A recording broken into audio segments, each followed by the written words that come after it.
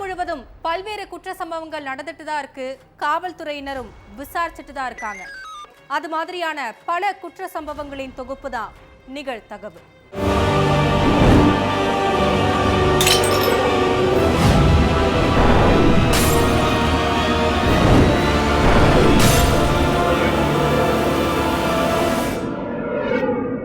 நிகழ்தகவு.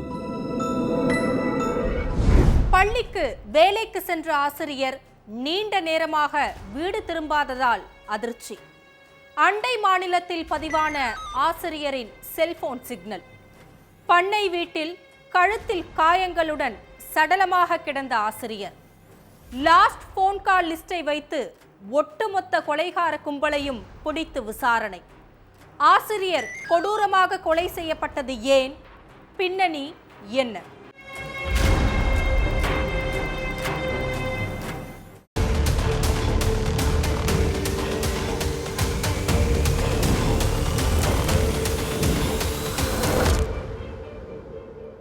பிப்ரவரி 11 வழக்கம் போல காலையில வேலைக்கு போன ஆசிரியர் ராகவேந்திரா சாயங்காலம் 6 மணி ஆகியும் வீட்டுக்கு வரல.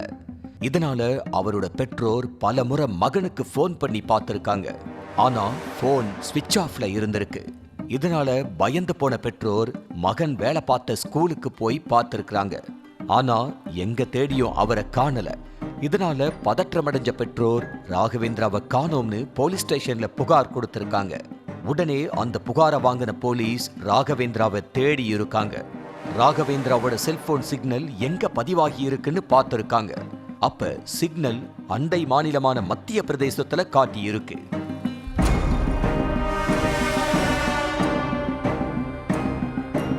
இதனால நேரா அங்க போன போலீஸ் அம்மாநில போலீசார் உதவியோட சிக்னல் காட்டின இடத்துக்கு போயிருக்காங்க. அப்ப அங்குள்ள ஒரு பண்ணை வீட்டுல கழுத்துல காயங்களோட ராகவேந்திராவோட சடலம் கிடந்திருக்கு. உடனே அந்த சடலத்தை மீட்டு போஸ்ட்மார்ட்டத்துக்கு அனுப்பி வச்ச போலீஸ் கொலையாளிகள் யாருன்னு விசாரிக்க ஆரம்பிச்சாங்க. அப்ப சடலத்து பக்கத்துல கிடந்த செல்போனை கைப்பற்றின போலீஸ் அவருக்கு யார்கிட்ட இருந்து அடிக்கடி போன் வந்திருக்கு, யார் லாஸ்டா கால் பண்ணியிருக்காங்கன்னு மொத்த டீட்டெயிலையும் எடுத்து பார்த்திருக்காங்க. அதுல கிரிஷ்பால் அப்படிங்கிற நபரோட பேரு காட்டி இருக்கு. அதை வச்சு கிரிஷ்பாலோட வீட்டுக்கு போன போலீஸ் வீட்டுல பதுங்கி இருந்த 6 பேரை கஸ்டடியில எடுத்து விசாரிச்சாங்க. உத்தரப்பிரதேசம் ஜலான் பகுதியைச் சேர்ந்தவர் ராகவேந்திரா. இவரு பக்கத்துல உள்ள ஒரு பிரைவேட் ஸ்கூல்ல ஆசிரியரா வேலை பார்த்துட்டு இருந்தாரு. இவரும் இவரோட உறவினரான கிரிஷ்பாலுவும் ரொம்ப நெருங்கி பழகி இருக்காங்க. ஆனா சேர்க்கை சரியில்லாம மது போதைக்கு அடிமையாகி இருக்காரு கிரிஷ்பால். அடுத்து குடும்ப தேவைக்குன்னு ஏதேதோ பொய் சொல்லி ராகவேந்திரா கிட்ட இருந்து பல லட்சங்களை வாங்கின கிரிஷ்பால் அதை சூதாட்டத்துல போட்டு ஏமாந்துட்டாரு. இதுக்கிடையில ராகவேந்திராவுக்கு ஏதோ பண தேவை ஏற்பட்டு இருக்கு. இதனால கிரிஷ்பாலுக்கு போன் பண்ண நபர் எனக்கு அவசரமா பணம் தேவைப்படுது, எப்ப என்னோட பணத்தை கொடுப்பீங்கன்னு கேட்டு இருக்காரு. அதுக்கு கிரிஷ்பால் என்கிட்ட இப்போதைக்கு பணம் இல்ல, பணம் இருக்கும்போது கொடுக்கறேன் அப்படின்னு திமிரா பதில் சொல்லி இருக்காரு. இதனால 2 பேருக்கிடையில பயங்கர பிரச்சனை ஏற்பட்டு இருக்கு. போன்ல சண்டை நடந்த மறுநாளே கிரிஷ்பாலோட வீட்டுக்கு போன ராகவேந்திரா என்னோட பணத்தை இப்பவே எடுத்து வை, இல்லன்னா உன் மேல போலீஸ் ஸ்டேஷன்ல புகார் அளிச்சிருவேன்னு மிரட்டி இருக்காரு. இதனால கடும் கோபமான கிரிஷ்பால் ராகவேந்திராவை தாக்க 2 பேரும் கட்டி புரண்டு சண்டை போட்டிருக்காங்க. இதை பார்த்த அக்கம் பக்கத்தினர் 2 பேரையும் சமாதானப்படுத்தி அனுப்பி விட்டிருக்காங்க. ஆனா கொலைவெறியோட வீட்டுக்கு போன கிரிஷ்பால் நடந்த எல்லா விஷயத்தையும் தனது காதலி மற்றும் நண்பர்கள் கிட்ட சொல்லி ராகவேந்திராவை கொலை பண்ண திட்டம் போட்டிருக்காங்க. சம்பவத்தன்னைக்கு இவங்க எல்லாரும் மத்திய பிரதேசத்துல இருந்திருக்காங்க. அப்ப ராகவேந்திராவுக்கு போன் பண்ண நபர் நமக்குள்ள இருக்க பிரச்சனைய நாமே பேசி தீர்த்துக்கலாம், நான் இப்ப மத்திய பிரதேசத்துல என் ஃப்ரெண்டோட பண்ணை வீட்டுல மது பார்ட்டியில இருக்கேன், நீயும் உடனே கிளம்பி வான்னு சொல்லி இருக்காரு. இதை நம்பி ராகவேந்திராவும் அங்க போக பண்ணை வீட்டுல வச்சு எல்லாரும் மது குடிச்சிருக்காங்க.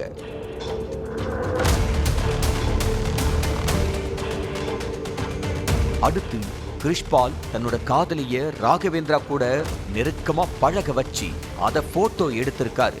அதுக்கடுத்து மறுநாள் காலையில அந்த போட்டோக்களை ராகவேந்திரா கிட்ட காட்டின கிரிஷ்பால் நான் உன்கிட்ட இருந்து வாங்கின பணத்தை திருப்பி கொடுக்க மாட்டேன். அப்படி நீ பணத்தை கேட்டனா இந்த போட்டோவை சோசியல் மீடியாவில் வெளியிட்டுருவேன்னு மிரட்டி இருக்காரு.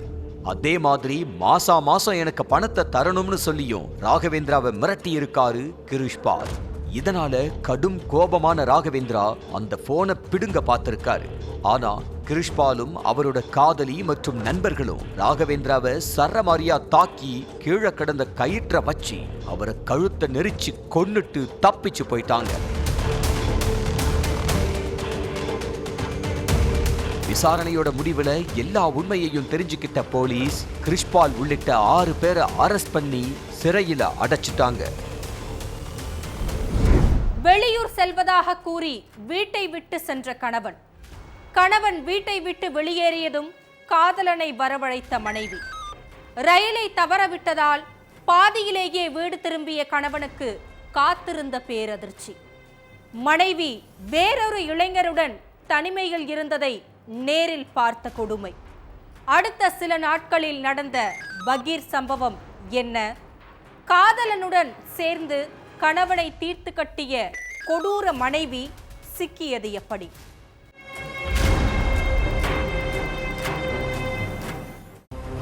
ரோட்டோரத்துல உள்ள முட்புதர்களுக்கு நடுவுல ஒரு ஆணோட சடலம் கிடக்கிறதா போலீஸுக்கு தகவல் வந்திருக்கு.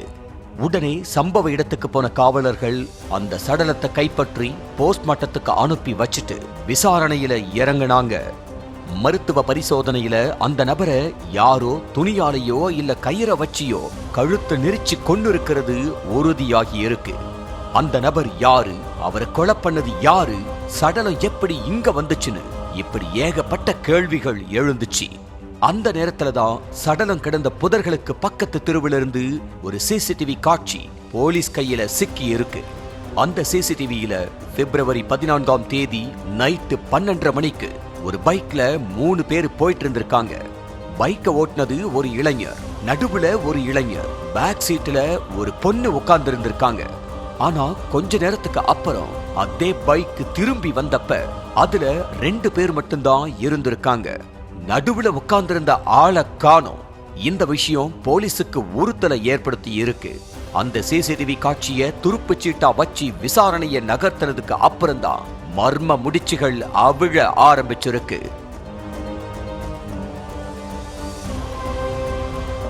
உத்தரப்பிரதேச மாநிலம் முசாஃபர் நகரை சேர்ந்த மீனாட்சிக்கும் சந்தீப்புக்கும் 2017 கல்யாணமாகி இப்ப அவங்களுக்கு 6 வயசுல ஒரு மகன் இருக்கான். பல ஊர்களுக்கு டூர் போறது, அங்க விதவிதமா போட்டோ வீடியோ எடுத்து போஸ்ட் போடுறதுன்னு மீனாட்சி சோசியல் மீடியாவில் ரொம்ப ஆக்டிவா இருந்திருக்காங்க. இந்த சூழல்ல மீனாட்சி வீடியோ ஷூட்டுக்காக பக்கத்து கிராமத்துக்கு போயிருந்தப்ப கௌதம்ங்கிறவரோட பழக்கம் ஏற்பட்டிருக்கு. அப்பத்திலிருந்து மீனாட்சியும் கௌதமும் சேர்ந்து ரீல்ஸ் எடுத்து வீடியோ போஸ்ட் பண்ணிட்டு இருந்திருக்காங்க. அதுலதான் 2 பேருக்கும் நடுவுல நெருக்கம் ஏற்பட்டு திருமணத்தை மீறின உறவா மாறி இருக்கு. மகனை கூட கவனிக்காம எந்த நேரமும் இன்ஸ்டாகிராம் செல்போனையே நோண்டிக்கிட்டு இருந்திருக்காங்க மீனாட்சி. அதுவும் இல்லாம அடிக்கடி போட்டோ ஷூட் வீடியோ ஷூட்டுன்னு வெளியூருக்கு போயிட்டு 2-3 நாள் கழிச்சுதான் வீட்டுக்கே வருவாங்களாம். நீ இப்படியே பண்ணிட்டு இருந்தா குடும்பம் என்ன ஆகும், பையனோட வாழ்க்கை என்ன ஆகும்னு கேட்டு சந்தீப் மீனாட்சிய சத்தம் போட்டிருக்காரு. அதோட கௌதம் கூட மீனாட்சி ரொம்ப நெருங்கி பழகிறது ஆரம்பத்திலிருந்தே சந்தீப்புக்கு பிடிக்கல. கௌதம் கூட பேசாத பழகாத, வீடியோ போஸ்ட் பண்ணணும்னா நீ மட்டும் தனியா ரீல்ஸ் பண்ணி வீடியோ போடு, எதுக்கு அவன் கூட சேர்ந்து வீடியோ போடுறன்னு கேட்டு பல முறை சண்டை போட்டிருக்காரு. ஆனா அதையெல்லாம் துளியும் கண்டுக்காம தான் இஷ்டம் போல கௌதம் கூட ரீல்ஸ் போடுறது, வெளியூர் போறதுன்னு ஜாலியா இருந்திருக்காங்க மீனாட்சி. கணவன் மட்டும் இல்ல, ஒட்டுமொத்த குடும்பமும் சேர்ந்து மீனாட்சிக்கு அட்வைஸ் பண்ணி இருக்காங்க. ஆனா அந்த அட்வைஸ் எல்லாம் மீனாட்சி ஒரு பொருட்டாவே மதிக்கல. இந்த சூழல தான் வேலை விஷயமா வெளியூர் போறதா சொல்லி சந்தீப் வீட்டை விட்டு கிளம்பி இருக்காரு. ஆனா ட்ரெயினை மிஸ் பண்ணிட்டதுனால பாதியிலேயே வீட்டுக்கு திரும்பி இருக்காரு. வீட்டுக்குள்ள காலடி எடுத்து வச்சதுமே அங்க கௌதமோட சத்தம் கேட்டிருக்கு. என்ன இதுன்னு சந்தேகத்திலேயே பெட்ரூம்குள்ள போய் பார்த்தா அங்க மீனாட்சியும் கௌதமும் கணவன் மனைவி போல தனிமையில இருந்திருக்காங்க. எத்தனை நாளா சந்தேகப்பட்டது சரியா போச்சுன்னு சொல்லி ஆத்திரத்தோட உச்சிக்கு போன சந்தீப் மனைவி மீனாட்சியையும் கௌதமையும் சரமாரியா அடிச்சிருக்காரு. அதுக்கப்புறம் கொஞ்ச நாள் கௌதம் கூட பேச முடியாம தவிச்ச மீனாட்சி காதலுக்காக கணவனையே கொலை செய்ய திட்டம் போட்டிருக்காங்க. அதுக்காக சம்பவத்தன்னைக்கு மது போதையில வீட்டுக்கு வந்த கணவன் சந்தீப்புக்கு சாப்பாட்டுல தூக்க மாத்திரைய மிக்ஸ் பண்ணி கொடுத்திருக்காங்க. அதை சாப்பிட்ட கொஞ்ச நேரத்திலேயே சந்தீப் மயக்கம் போட்டு கீழே விழுந்திருக்காரு. அதுக்கப்புறம் காதலன் கௌதமுக்கு போன் பண்ணி வீட்டுக்கு வர வச்சு சந்தீப்போட கழுத்தை கயிறால இறுக்கி துடிக்க துடிக்க கொன்னு இருக்காங்க. இதெல்லாம் நடந்தது பிப்ரவரி 14ஆம் தேதி நைட்டு 10 மணிக்கு. சடலத்தை இப்ப வெளியே எடுத்துட்டு போனா மாத்திருவோம்னு நினைச்சு நைட்டு வரைக்கும் வெயிட் பண்ணி இருக்காங்க. 12 மணி ஆனதும் கௌதமோட பைக்ல சந்தீப்போட சடலத்தை தூக்கிட்டு போக பிளான் பண்ணி இருக்காங்க. கௌதம் பைக் ஓட்ட நடுவுல சந்தீப்போட சடலத்தை வச்சுட்டு பின் சீட்ல மீனாட்சி உட்கார்ந்து இருந்திருக்காங்க. வீட்ல இருந்து 5 கிலோமீட்டர் தூரத்துல உள்ள புதருக்குள்ள சந்தீப்போட சடலத்தை வீசிட்டு திரும்ப வீட்டுக்கு வந்திருக்காங்க. சொந்தக்காரங்க யாராவது சந்தீப்பை பத்தி கேட்டா அவர் வேலை விஷயமா வெளியில போயிருக்கிறதா சொல்லி சமாளிச்சிருக்காங்க. 3 நாளைக்கு அப்புறம் புதருக்குள்ள இருந்து சந்தீப்போட சடலத்தை போலீஸ் மீட்டதுக்கு அப்புறம்தான் மொத்த விஷயமும் வெளிச்சத்துக்கு வந்திருக்கு. அதுக்கப்புறம் கொலையாளி மீனாட்சியையும் கௌதமையும் கைது செஞ்சு சிறையில அடைச்சிட்டாங்க. வீட்டு வாசலில் விளையாடிக் கொண்டிருந்த சிறுமியை காணவில்லை என்று தேடி அலைந்த பெற்றோர், பக்கத்து வீட்டிற்குள் இருந்த ட்ரம்மை எட்டி பார்த்த தாய்க்கு காத்திருந்த அதிர்ச்சி. துணியால் சுற்றப்பட்ட நிலையில் உடல் முழுவதும் காயங்களுடன் கிடந்த சிறுமியின் சடலம். சிறுமி பாலியல் வன்கொடுமை செய்யப்பட்டு கொலை செய்யப்பட்டதாக வெளியான போஸ்ட்மார்ட்டம் ரிப்போர்ட். கொலையாளியை பல இடங்களில் தேடி அலைந்த போலீஸ். பக்கத்து கிராமத்தில் உள்ள குளத்திற்குள் கொலையாளியும் சடலமாக கிடந்ததால் அதிர்ச்சி. சிறுமியை கொலை செய்த குற்றவாளி உயிரிழந்தது எப்படி? கொலையா தற்கொலையா?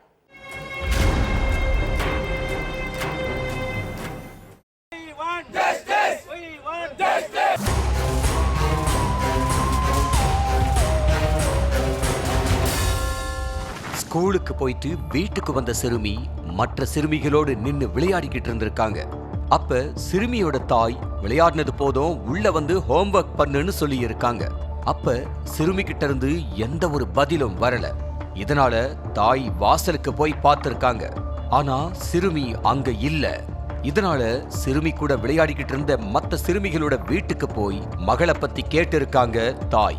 ஆனா அவங்க எங்களுக்கு ஒன்னும் தெரியாதுன்னு சொல்லிட்டாங்க.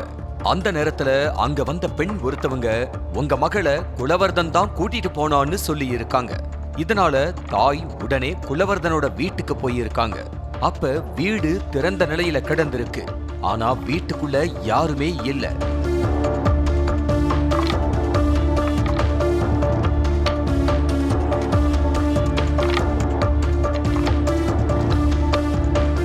இதனால தன்னோட மகளை தேடி வீட்டுக்குள்ள போய் பார்த்திருக்காங்க. அப்ப யதார்த்தமா அந்த வீட்டுக்குள்ள இருந்த ட்ரம்மை எட்டி பார்த்திருக்காங்க. அதுல சிறுமி துணியால சுற்றப்பட்ட நிலையில சடலமா கிடந்திருக்காங்க. இத பார்த்து அதிர்ச்சி அடைஞ்ச தாய் சத்தம் போட்டு கதறி அழுது பக்கத்து வீட்டுக்காரங்களை உதவிக்கு கூப்பிட்டிருக்காங்க. உடனே அங்க வந்தவங்க சிறுமியை மீட்டு ஆம்புலன்ஸ் மூலமா மருத்துவமனைக்கு அனுப்பி வச்சாங்க. அங்க சிறுமிய பரிசோதித்த டாக்டர் சிறுமி உயிரிழந்துட்டதா சொல்லிட்டாங்க. இந்த விஷயத்தை கேட்டு ஸ்பாட்டுக்கு வந்த போலீஸ் விசாரணையில இறங்கினாங்க.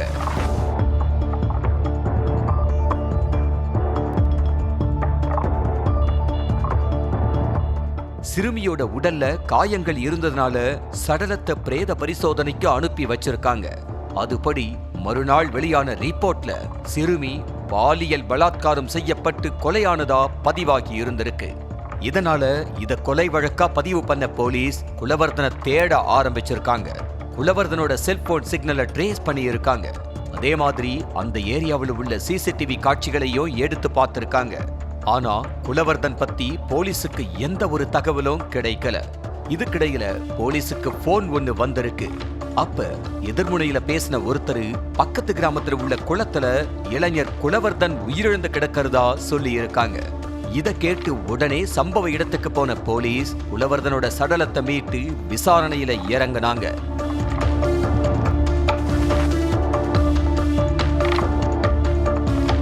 ஆந்திராவில் உள்ள அன்னமையா பகுதியைச் சேர்ந்தவர் குலவர்தன்.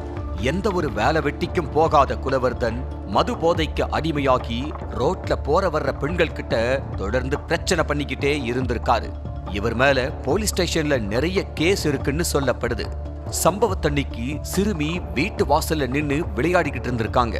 அப்ப அங்க யாரும் இல்லாததை தெரிஞ்சுக்கிட்ட குலவர்தன் சிறுமி கிட்ட சாக்லேட் வாங்கி தர்றதா சொல்லி தன்னோட வீட்டுக்கு கூட்டிட்டு போயிருக்கான். அடுத்து சிறுமி கிட்ட பாசமா பேசிக்கிட்டு இருந்த குலவர்தன் திடீர்னு சரமாரியா தாக்கி இருக்கான். இதனால வலி தாங்க முடியாத சிறுமி மயங்கி விழுந்துட்டாங்க. அடுத்து சிறுமிய பாலியல் வன்கொடுமை பண்ண குலவர்தன் சிறுமிய உயிரோடு விட்டு வச்சா நம்மள அவளோட பெற்றோர்கிட்டையும் ஊர்க்காரங்க கிட்டையும் மாட்டி விட்டுருவான்னு நினைச்சு சிறுமிய கழுத்தை நெரிச்சு கொன்னுட்டு தப்பிச்சு போயிட்டான். இத கேட்டு ஆத்திரமடைஞ்ச கிராம மக்கள் சாலை மறியல் போராட்டத்துல ஈடுபட்டாங்க.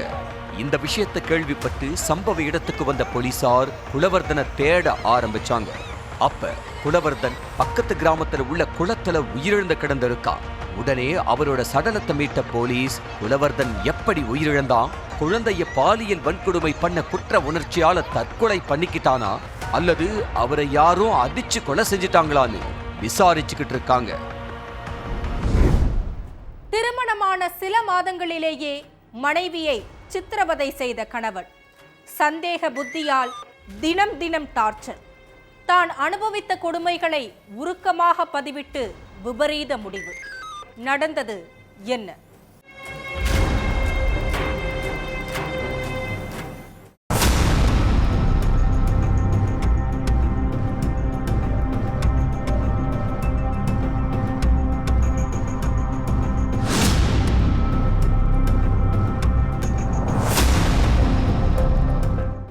சார், பக்கத்து வீட்டு இளம்பெண் திடீர்னு தூக்கு போட்டு தற்கொலை பண்ணிக்கிட்டாங்க சார் அப்படின்னு அக்கம் பக்கத்துல உள்ளவங்க போலீஸ் ஸ்டேஷனுக்கு தகவல் சொல்லி இருக்காங்க.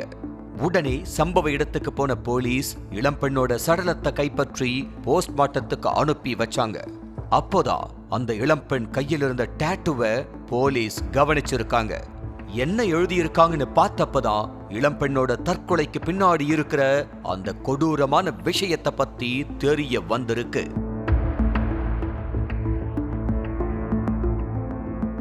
செங்கல்பட்டு இரும்புலியூரை சேர்ந்த 30 வயசான அருண்குமாருக்கும் திருவள்ளூரை சேர்ந்த அபிநயாவுக்கும் கடந்த நவம்பர் மாசம் கல்யாணம் நடந்திருக்கு.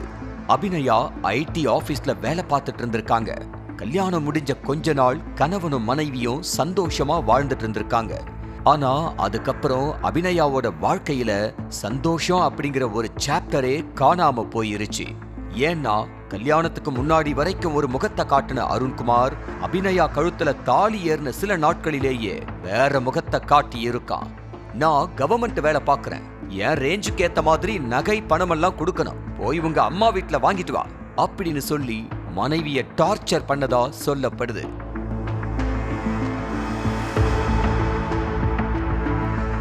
இது ஒரு பக்கம் இருக்க, மனைவியோட நடத்தை மேல அருண்குமாருக்கு சந்தேகம் வந்திருக்கு. எதுக்கெடுத்தாலும் எது பண்ணாலும் அபிநயாவை சந்தேகப்பட்டு துன்புறுத்திக்கிட்டே இருந்திருக்கான்.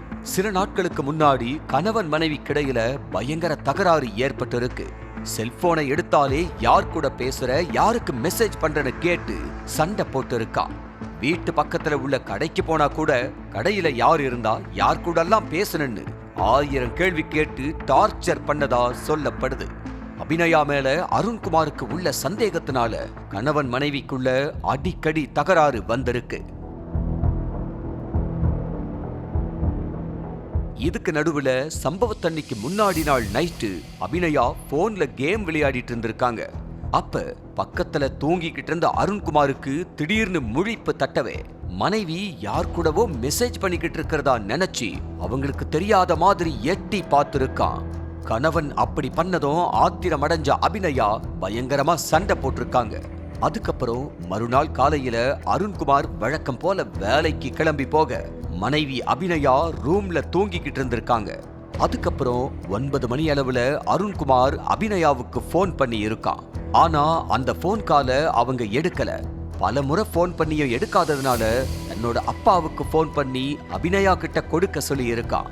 அபிநயாவோட ரூம் ரொம்ப நேரமா தட்டி பார்த்தோம், எந்த ரெஸ்பான்ஸும் வராததுனால அக்கம் பக்கத்துல உள்ளவங்க உதவியோட கதவை உடைச்சிருக்காங்க.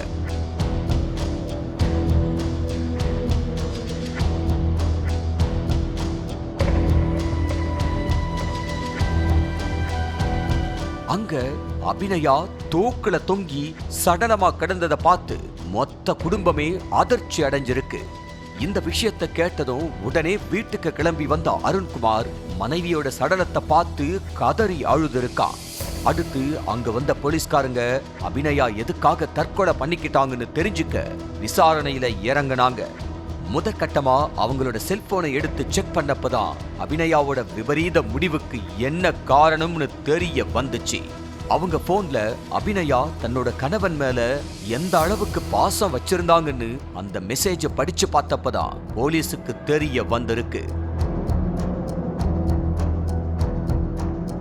டாட்டூல உன்னோட பேரை எழுதுனா அழிஞ்சிருங்கிறதுக்காக உன் பேரை ரத்தம் சொட்ட சொட்ட ஊசியால என் கையில குத்தி எழுதி வச்சேன். ஆனா நீயே என்ன நம்பாம சந்தேகப்பட்டு சித்திரவதை பண்ணி என்னை இந்த தற்கொலை முடிவை எடுக்க வச்சுட்டேன்னு உருக்கமா மெசேஜ் அனுப்பி இருக்காங்க. இந்த சூழல்ல மகளோட மரணத்துல சந்தேகம் இருக்கிறதா சொல்லி அபிநயாவோட அப்பா கொடுத்த புகாரோட அடிப்படையில வழக்கு பதிவு பண்ணி விசாரணை நடத்திக்கிட்டு இருக்காங்க. காட்டுப்பகுதியில் ஆடு மேய்த்து கொண்டிருந்த விவசாயி பாறைகளுக்குள் இருந்து வீசிய துர்நாற்றம். பாறைகளுக்கு இடையே அழுகிய நிலையில் கிடந்த சடலத்தை கண்டு அதிர்ந்த விவசாயி. 18 நாட்களுக்கு பிறகு கொலையாளியை கைது செய்த போலீஸ். அடுத்தடுத்த விசாரணையில் வெளியான பகீர் தகவல். இளைஞர் கொலை செய்யப்பட்டது ஏன்? கொடூர கொலையின் பின்னணி என்ன?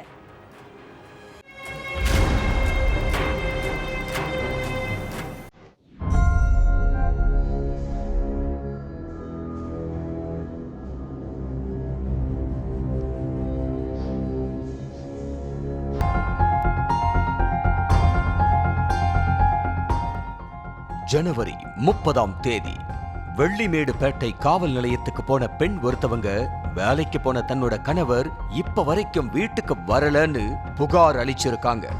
உடனே அந்த புகாரை வாங்கின போலீஸ் கணவர் சசிகுமார பல இடங்கள்ல தேடி இருக்காங்க. இதுக்கிடையில சிறுவலூர் பகுதி வழியா ஒருத்தர் ஆடு மேய்ச்சிட்டு இருந்திருக்காரு. அப்ப அங்க உள்ள பாறைகளுக்கிடையிலிருந்து துர்நாற்றம் வீசி இருக்கு. எதுக்கு இங்கிருந்து இப்படி துர்நாற்றம் வீசுது, எலி எதுவும் செத்து கிடக்கதான்னு போய் பார்த்திருக்காரு. அப்ப அங்க ஃபுல்லா அழுகி போன நிலையில ஒரு சடலம் கிடந்திருக்கு. இத பார்த்து அதிர்ச்சி அடைஞ்ச அவரு போலீஸுக்கு போன் பண்ணி தகவலை சொல்லிட்டாரு. இத கேட்டு உடனே ஸ்பாட்டுக்கு வந்த போலீஸ் சடலத்தை மீட்டு போஸ்ட்மார்ட்டத்துக்கு அனுப்பி வச்சுட்டு சமீபத்துல இளைஞர் யாரும் காணாம போனதா மிஸ்ஸிங் கேஸ் ஏதும் ஃபைல் ஆகி இருக்கான்னு பார்த்திருக்காங்க. அதுபடி ஏற்கனவே புகார் அளிச்ச இளம்பெண் ஒருத்தவங்களை கூப்பிட்டு வந்த போலீஸ் சடலத்தை அடையாளம் காட்டி இருக்காங்க. அதுலதான் உயிரிழந்தது சசிகுமார்னு தெரிய வந்திருக்கு. அதுக்கடுத்து சசிகுமார கொலை செஞ்சது யாரு, உங்களுக்கு யார் மேலேயாவது சந்தேகம் இருக்குதான்னு கிராம மக்கள் கிட்ட கேட்டு இருக்காங்க போலீஸ். அப்ப ஜெகதீஷ்ங்கிற நபர் தான் சசிகுமார பைக்ல கூட்டிட்டு போனதா சொல்லி இருக்காங்க. இதனால ஜெகதீஷ பத்தி விசாரிக்க ஆரம்பிச்சாங்க போலீஸ். அவரோட செல்போன் நம்பரை ட்ரேஸ் பண்ணி பார்த்திருக்காங்க. அதை வச்சு அங்க ஒரு கிராமத்துல பதுங்கி இருந்த ஜெகதீஷ கையும் களவமா பிடிச்ச போலீஸ் அவரை கஸ்டடியில எடுத்து விசாரிச்சாங்க. விழுப்புரம் திண்டிவனத்துல உள்ள வட சிறுவலூர் பகுதியை சேர்ந்தவர் சசிகுமார். இவர் வெள்ளிமேடுபேட்டை பகுதியில ஆட்டோ ஓட்டுநரா வேலை பார்த்துட்டு இருந்திருக்காரு. இவரும் அதே பகுதியைச் சேர்ந்த ஜெகதீஷ்ங்கிற நபரும் ரொம்ப க்ளோஸ் ஃப்ரெண்ட்ஸ். 2 பேரும் ஒன்னா உட்காந்து மது குடிக்கிறது, ஜாலியா ஊர் சுத்துறதுன்னு இருந்திருக்காங்க. மது குடிக்கிறப்ப இவங்களுக்குள்ள அடிக்கடி சண்டை வருமா. அது மட்டும் இல்லாம ஜெகதீஷ சசிகுமார் பொதுமக்கள் முன்னாடி அடிக்கிறது, பெண்களுக்கு முன்னாடி கேவலப்படுத்துறதுமா இருந்திருக்காரு. இதனால ஜெகதீஷ், நீ குடிச்சிட்டு பொதுமக்கள் முன்னாடியும் பெண்கள் முன்னாடியும் என்ன அடிச்சு அசிங்கப்படுத்துற, அது சுத்தமா எனக்கு பிடிக்கல, தயவு செஞ்சு இனிமே அப்படி பண்ணாதன்னு சொல்லி இருக்காரு. ஆனா சசிகுமார் கேட்கிற மாதிரி தெரியல. இதனால கடும் மன உளைச்சலுக்கு ஆளான ஜெகதீஷ் சசிகுமார கொலை பண்ண திட்டம் போட்டிருக்காரு. சம்பவத்தன்னைக்கு சசிகுமாரை கூட்டிக்கிட்டு வெள்ளிமேடுபேட்டை பகுதிக்கு போயிருக்காரு ஜெகதீஷ். அங்க 2 பேரும் உட்கார்ந்து குடிச்சிருக்காங்க. அப்ப சசிகுமாருக்கு மதுவை ஊத்தி ஊத்தி கொடுத்த ஜெகதீஷ், எத்தனை பேர் முன்னாடி நீ என்ன அடிச்சு அசிங்கப்படுத்தி இருக்க, அதனால உன்னை நான் உயிரோடையே விடமாட்டேன்னு சொல்லி அவரை போட்டு சரமாரியா தாக்கி இருக்காரு. அடுத்து கீழே கடந்த கல்லை எடுத்த ஜெகதீஷ் சசிகுமாரோட தலையில போட்டு இருக்காரு. அதுக்கடுத்து சசிகுமாரோட சடலத்தை மறைக்கிறதுக்காக சடலத்தை அங்க உள்ள பாறைகளுக்கு இடையில போட்டுட்டு தப்பிச்சு போயிட்டாரு. இந்த வழக்க தீர விசாரிச்ச போலீஸ் கிட்டத்தட்ட 18 நாட்கள் கழிச்சு கொலையாளி ஜெகதீஷ அரெஸ்ட் பண்ணி சிறையில அடைச்சிட்டாங்க. வேறு சாதியை சேர்ந்த இளம்பெண்ணை காதல் திருமணம் செய்து கொண்ட இளைஞர், பெற்றோரின் எதிர்ப்பு காரணமாக வெளியூரில் வசித்து வந்த தம்பதி, பல மாதங்களுக்கு பிறகு பெற்றோருடன் சந்திப்பு. பெற்ற தாயை பார்த்து கண்ணீர் வடித்த இளம்பெண், மருமகனை பாசமாக பேசி வரவழைத்து அரிவாளால் வெட்டி சாய்த்த பயங்கரம். நடந்தது என்ன?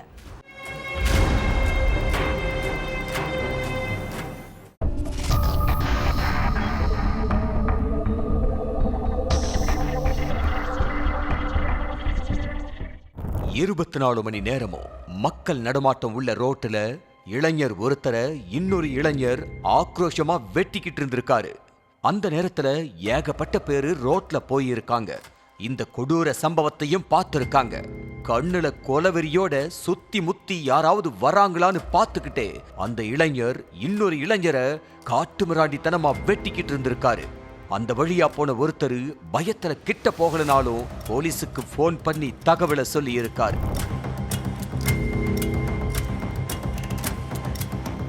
அடுத்த கொஞ்ச நேரத்திலேயே போலீஸ் சம்பவ இடத்துக்கு போயிருக்காங்க. ஆனா அப்ப தாக்குதலுக்கு உள்ளான இளைஞர் உயிரிழந்து கிடந்தாரு. உயிரிழந்தது யாரு, அடிச்சு கொண்டது யாருன்னு போலீஸ் விசாரணையில இறங்கினப்பதான் சொந்த மச்சானையே வெட்டி கொன்னிருக்காருங்கிறது தெரிய வந்திருக்கு.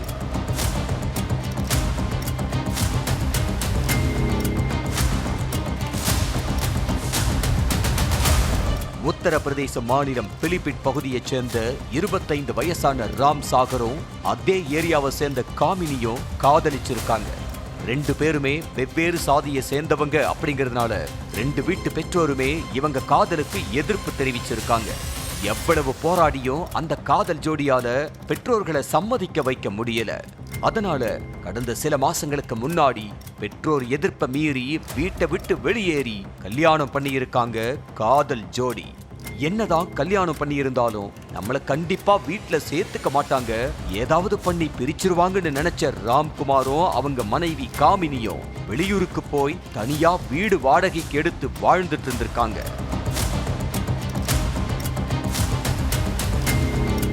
ரெண்டு வீட்டு பெற்றோர்கள் உறவினர்கள்னு யார் கூடயும் எந்த தொடர்பும் வச்சிக்காம தனியா வாழ்ந்திருக்காங்க. இதுக்கிடையில பெற்றோர் மனசு இறங்கிடுவாங்கன்னு நினைச்ச காதல் ஜோடி சொந்த ஊருக்கு வந்து வீட்டை வாடகைக்கு எடுத்து தங்கி இருக்காங்க. இந்த விஷயம் காமினியோட பெற்றோர் வீட்டுக்கு தெரிய வந்திருக்கு. நாம சொன்னதை மீறி வேற சாதி பையனை கல்யாணம் பண்ணிட்டு இத்தனை வருஷமா தனியா இருந்த மகளை பார்த்ததும் பெற்றோர் கோவத்துல திட்டி இருக்காங்க, அடிச்சிருக்காங்க. ஆனா கோவம் தணிஞ்சதுக்கு அப்புறம் காமினி கிட்ட அவங்க அம்மா பாசமா பேசி கணவனை கூட்டிக்கிட்டு திரும்ப வீட்டுக்கே வர சொல்லி இருக்காங்க. பல மாசத்துக்கு அப்புறம் தாயை பார்த்த சந்தோஷத்துல காமினியும் மகளை பார்த்த சந்தோஷத்துல தாயும் பூரிச்சு போயிருக்காங்க. ஆனா காமினியோட அப்பாவுக்கும் அண்ணனுக்கும் அவங்க மேல இருந்த கோபம் கொஞ்சம் கூட குறையவே இல்லை. இதுக்கு நடுவுல சொந்த ஊருக்கு வந்த மருமகன் ராம் சாகரை கொலை செய்ய திட்டம் போட்டிருக்காங்க. மகளோட காதலை ஏத்துக்கிட்ட மாதிரி ஆக்டிங் பண்ண காமினியோட அப்பாவும் அண்ணனும் மகளை வீட்டுக்கு வர வச்சு முறைப்படி கல்யாணம் பண்ணி வைக்கிறேன்னு சொல்லி இருக்காங்க. அத ராம் சாகரும் காமினியும் நம்பி இருக்காங்க.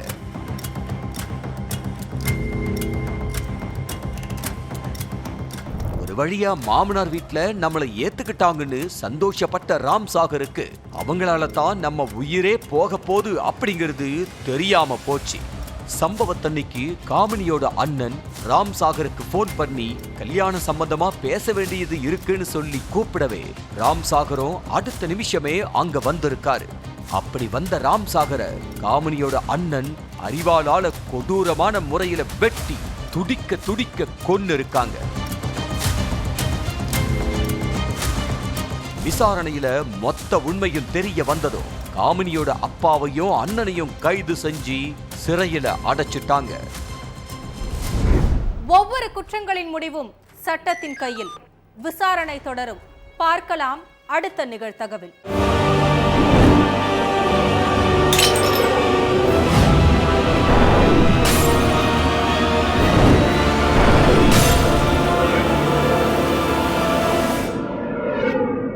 நிகழ்தகவு.